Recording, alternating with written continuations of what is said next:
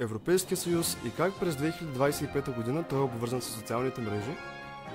3, 2, 1.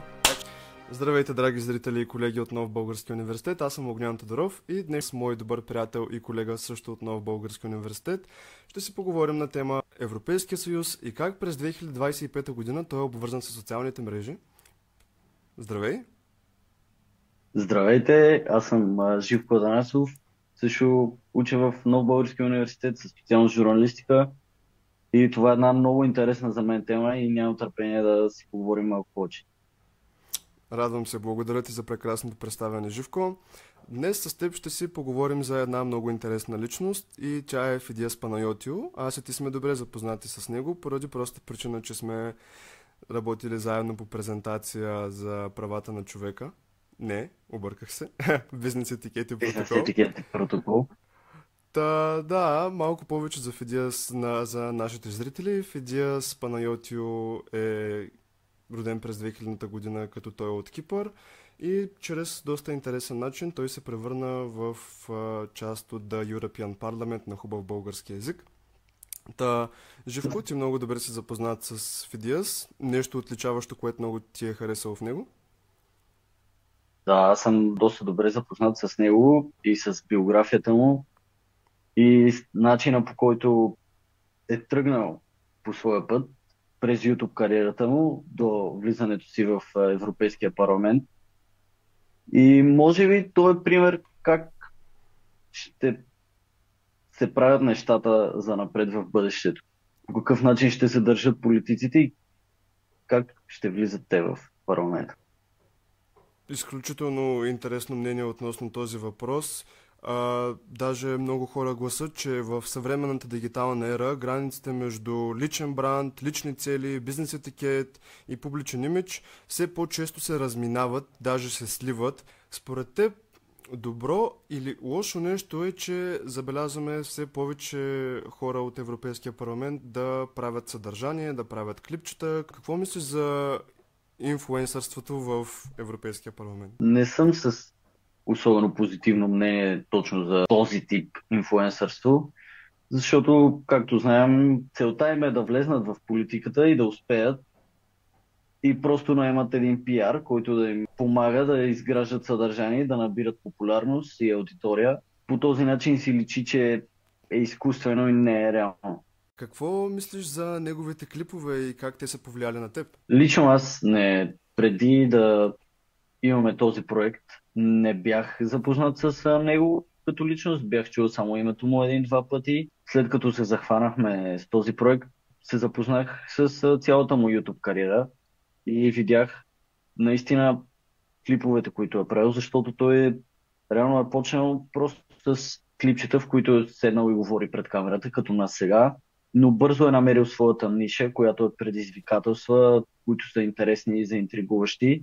6 дни в влак в Русия, 7 дни на публично летище, на което е използвал само публични туалетни и се е молил на хора да му дават храна, което показва добротата. Чрез тези клипове е показал на аудиторията си колко е непримирим и постоянен. И лично като ютубър и инфлуенсър, аз мисля, че той се е справил блестящо. Да, да, аз имам подобни впечатления. В този ред на мисли, голяма част от хората по този начин са забелязали той колко е находчив и действащ и креативен. Продължавам на думата креативен. Няколко месеца по-късно той решава, че ще се кандидатира за независим член на Европейския парламент по национален ефир, по бански и с три вратовръзки на костюма си. Според теб това интересен начин, по който да се явиш на избори или по-скоро пълен идиотизъм? Дори да кажа, че това е пълен идиотизъм, какво ще постигна с това, след като той вече е в парламент? Май аз ще излезна като пълния идиот, казвайки, че това е абсурдно, защото в момента този абсурд е в Европейския парламент. Изключително добър начин, по който да артикулираш това нещо. Наистина, аз съм на абсолютно същото мнение, но след неговото кандидатиране, той започва много интересна кампания, с която преминава над 80 км на бегом в неговата държава Кипър. Ти би ли преминал 80 км по този начин? Ами, виж сега, аз нямам и амбициите да се кандидатирам за Европейския парламент, поне за сега,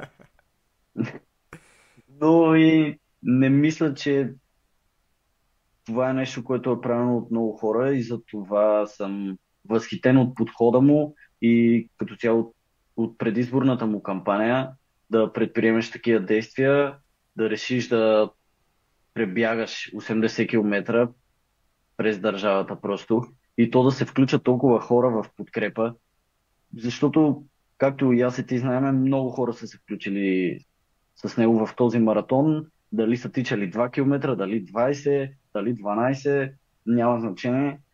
Но въпросът е, че това е бил много, много успешен ход. Да, да, аз също съм на тази вълна, като фактът, че пребягал през цялата държава, през целия остров, фактически е доста интересен поради простата причина, че надявам се по-голямата част от нашите зрители да знаят, че Кипър всъщност е окупиран. По-голямата част от острова е окупиран от турската държава, като останалата част на държавата е под като гръцко влияние, те са си гърци по народност. И този знак, това да прекусиш от фактически окупираната страна към свободната страна на Кипър, според мен е нещо много голямо и значително. Ти какво смяташ за това, че той е прекусил реално окупираната част и се е върнал към свободната? Мисля, че точно с това е искал да покаже, че той е готов да промени нещата, готов е да се хвърли в непознатото, защото, а, както знаем, той също така не е бил запознат изобщо с политиката преди да се кандидатира и той е гласувал само един единствен път и това е сега, когато той се е кандидатирал и е гласувал за себе си. Аз спомня, че ти имаше доста интересни впечатления от начина, по който той е пуснал гласа си. Да, странен е начина, по който отиваш да гласуваш за първ път в живота си. Ясната мисъл, че ти ще гласуваш за себе си и в момента, в който пускаш гласа, той просто решава да дабне без коментар. В този ред на мисли, благодаря и на вас, че бяхте част от нас. Благодаря и на Живко за приемането на тази покана. Надявам се да ви е било интересно и чао, чао!